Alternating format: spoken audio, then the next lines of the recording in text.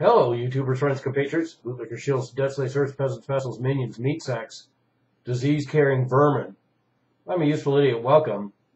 And today I want to talk about Ebola and EbolaShit. And anyway, I'm sure everyone else, like me, is being bombarded with Ebola from all sides. And the media frenzy is unbelievable. And even the alternative media is a media blitz about Ebola. So, of course, I, a useful idiot, feel obliged to say my token bits about Ebola because it's everywhere. But it's only everywhere in the media because right now it's hardly in the United States, and yet we're having this fear factor raised to 120 degrees. We have the Obama administration saying, don't be scared, but we're going to activate the National Guard. We're going to create an Ebola czar who is not even a doctor.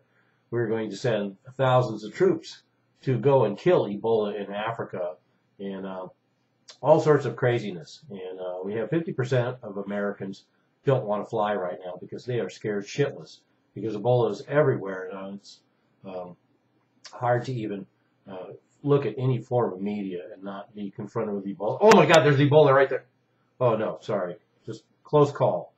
So anyway, and then of course we have the dark underbelly of the fact that Americans are all too willing to give up civil liberties yet again when there's the threat of this pandemic or epidemic or whatever form of fear they want to spread. And then we see all the ineptness of handling these cases in the United States. So once again, everyone is put ill at ease because of the inefficiency of all these systems that we seem to have. This nonchalance betraying some other kind of agenda. Speaking of agendas, then we have all the conspiracy theorists, the ones who speculate that oh my God, there's Ebola. Oh, no, sorry. So anyway, we have all these conspiracy theorists who talk about the idea that maybe there isn't even an Ebola outbreak and that it's all staged. And I've seen some of these videos that look like they're fake, but I think it's more probably lazy journalism of wussy reporters who don't want to actually go anywhere near where there's actually Ebola. I think there is actually Ebola, and I think there's a nightmarish world unfolding in that part of Africa. It's going to be hard to contain as long as they keep dumping dead bodies in the rivers. And it's very easy to spread in those regions, and we're seeing it do so.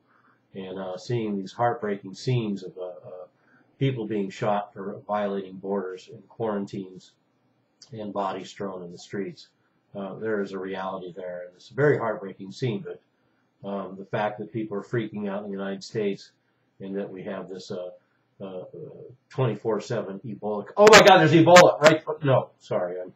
And it's really a tragedy to see this media frenzy, this political opportunism, all the same horseshit we see every time. And, you know, I think the odds of you getting Ebola are about the same as winning the lotto. And I think Ebola and the lotto have actually something in common because if you don't play, you can't win. So remember that.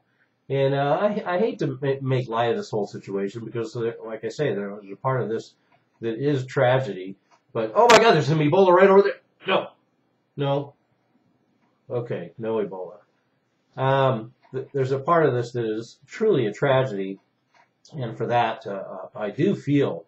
But as far as everything that's going along with this, it's so blown out of proportion, and it's so insane, and it's such a distraction from so much else. And the fact that we have this frenzy going on is just ridiculous. The guy that jumped up in the plane and said, I have Ebola, you're all screwed, really, I think, had it right because it showed what overreaction, what a bunch of idiots we've become for not being able to take a joke.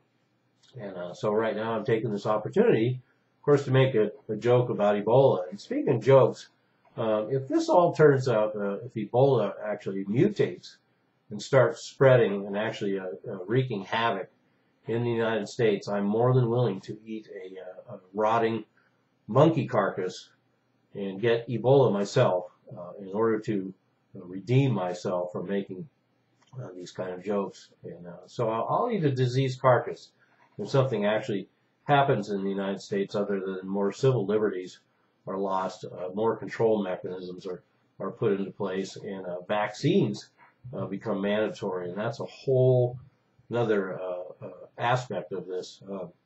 I think the vaccines actually would be the real story here, not Ebola. Oh my God, there's Ebola right over there. Look, it's going right up the wall. Okay, I'm a useful idiot. I have to go. There's Ebola in my home, and I have to go. I'm a useful idiot. Don't you be